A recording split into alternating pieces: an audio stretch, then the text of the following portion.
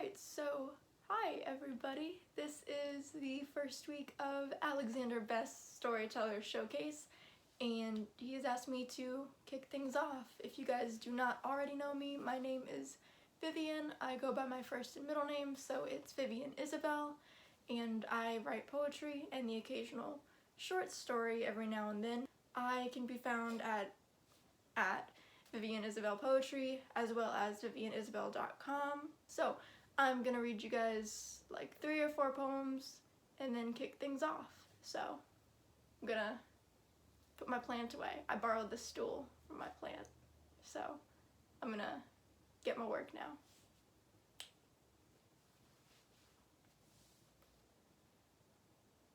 Never have I ever seen a woman breathe fire, because I knew better than to piss my mother off.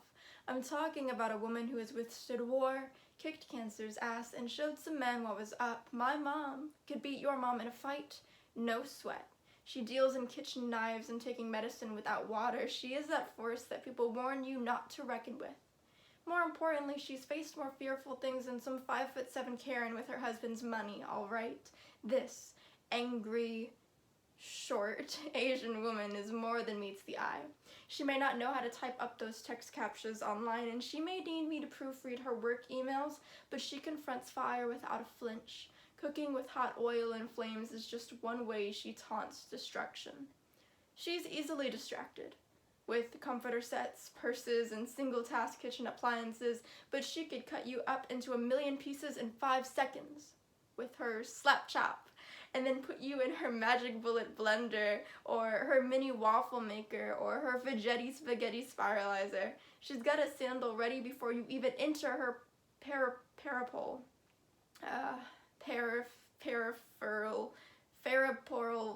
What she means to say is peripheral, but even though she can't pronounce it, she's damn good at using it, so you better watch out.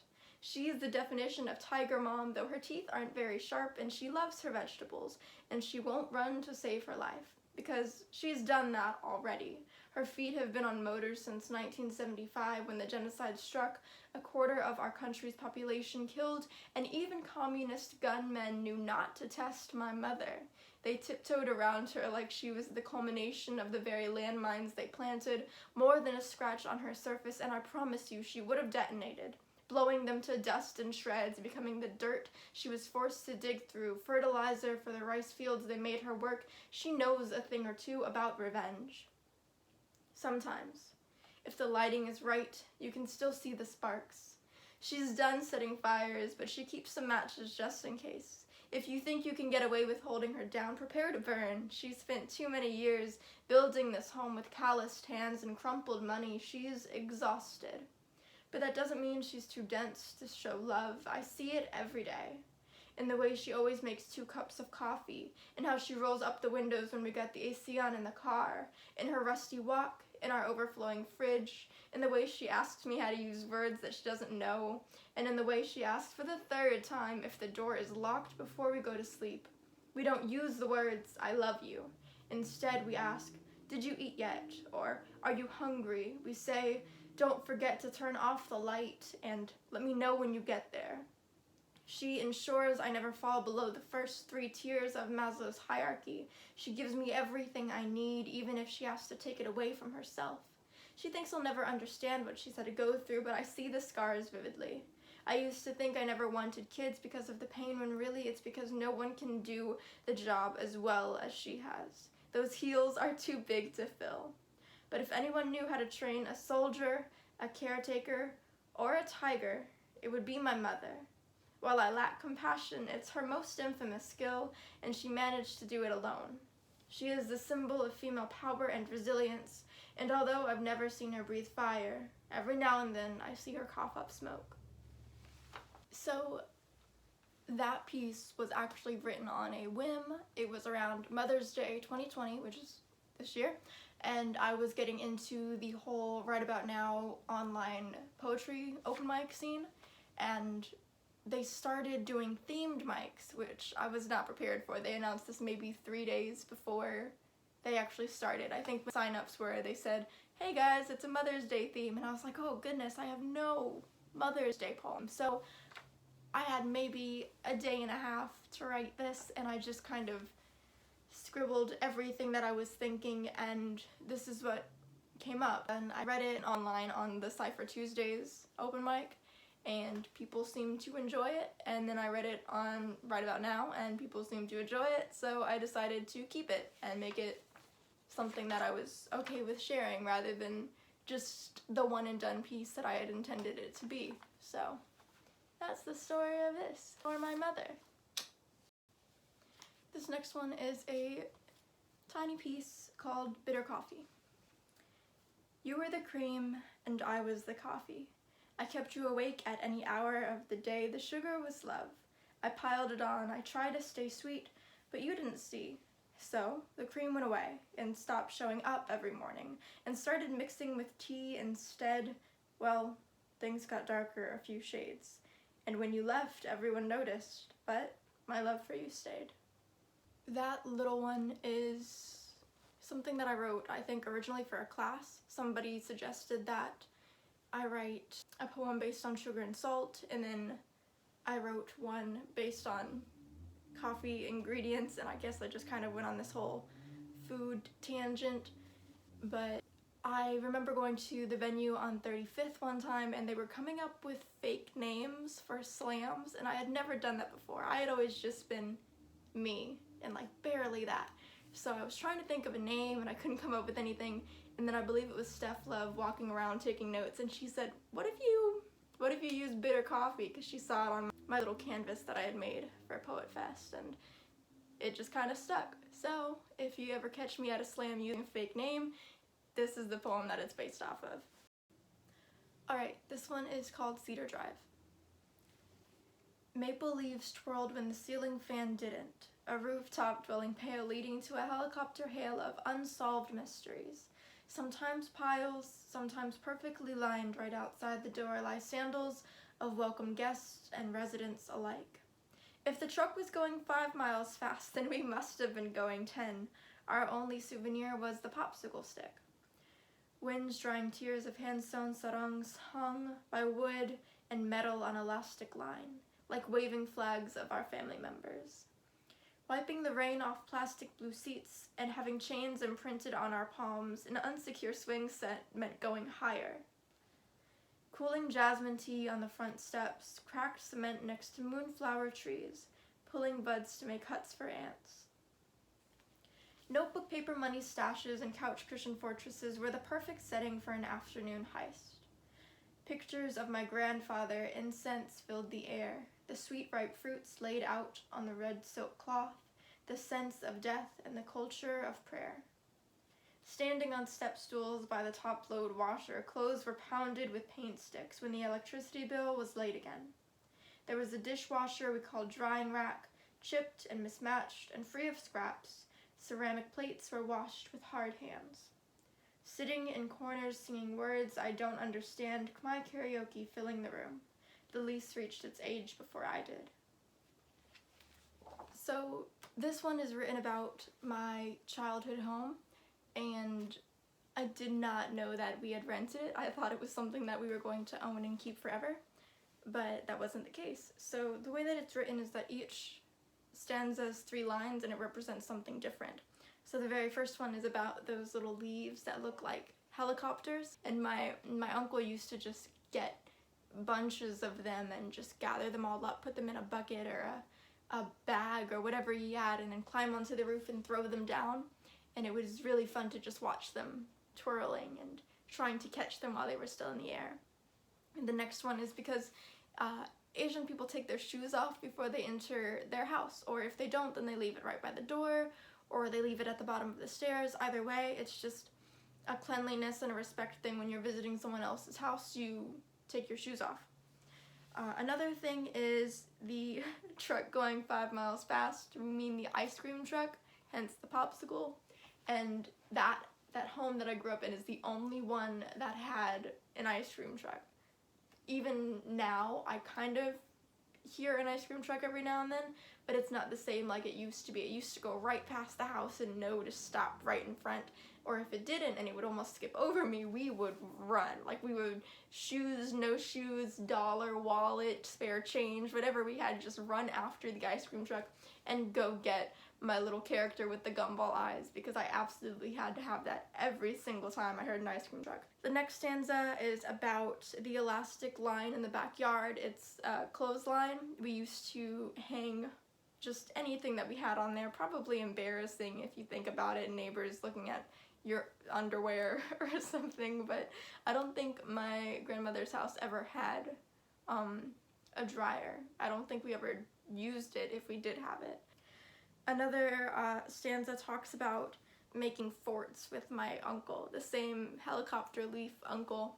We used to destroy the living room and just take out all of the couch cushions and pillows, and we got like serious with it too. We were architects. We made the TV room, and then the bathroom, and then the living room, and the kitchen room, and all of these different rooms with the couch cushions. And we would go into my aunt's room and take her notebooks from school and make our own little like paper money, but I used to cheat, and if I got a bunch of $1 bills, I would draw zeros, and then now I'm $100 heir. I would have a lot of money, but we used to hide those underneath the pillows and the couch cushions, and we would each have a section of the house, the fort, and then we would break into each other's part of the fort like gangsters and try to steal as much as we can. I don't know why we did that, but it was really entertaining. The next one is the top load washer, which we always kept in the bathroom, and we used to use those little Home Depot paint sticks and just pound the clothes in there. I guess it wasn't working, or maybe it was, but it wasn't doing a well enough job. So I would just sit at the top and just press it with paint sticks to make sure that all of the clothes were wet and fully soaked. I think it was more like a big container to my grandmother than it was a washer. But it was fun for me, and it was a great way to pass the time, is just to beat the crap out of some clothes with a paint stick. So there was that. The next one is about the dishwasher. Asian people do not use their dishwasher. If they do, they're not Asian, because we use it as a drying rack, because the dishwasher misses spots.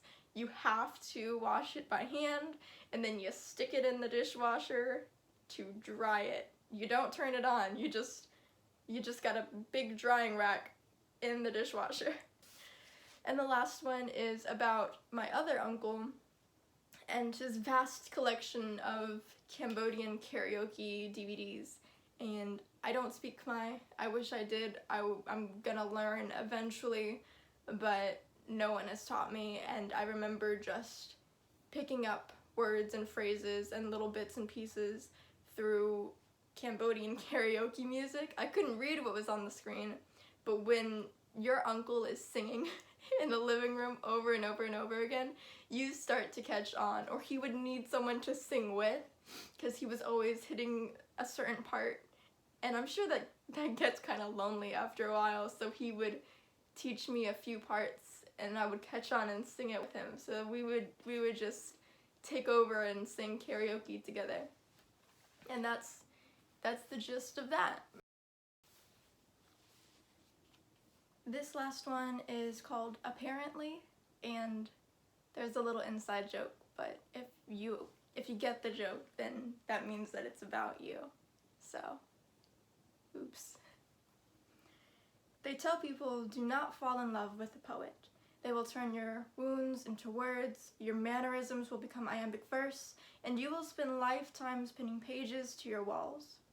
But say, two poets, like racing slinkies downstairs, child's play, fall for each other. Registration for a game neither can beat.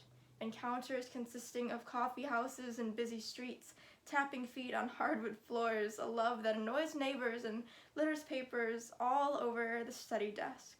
Our bodies dizzy, like our minds wandering towards the thought of what could be.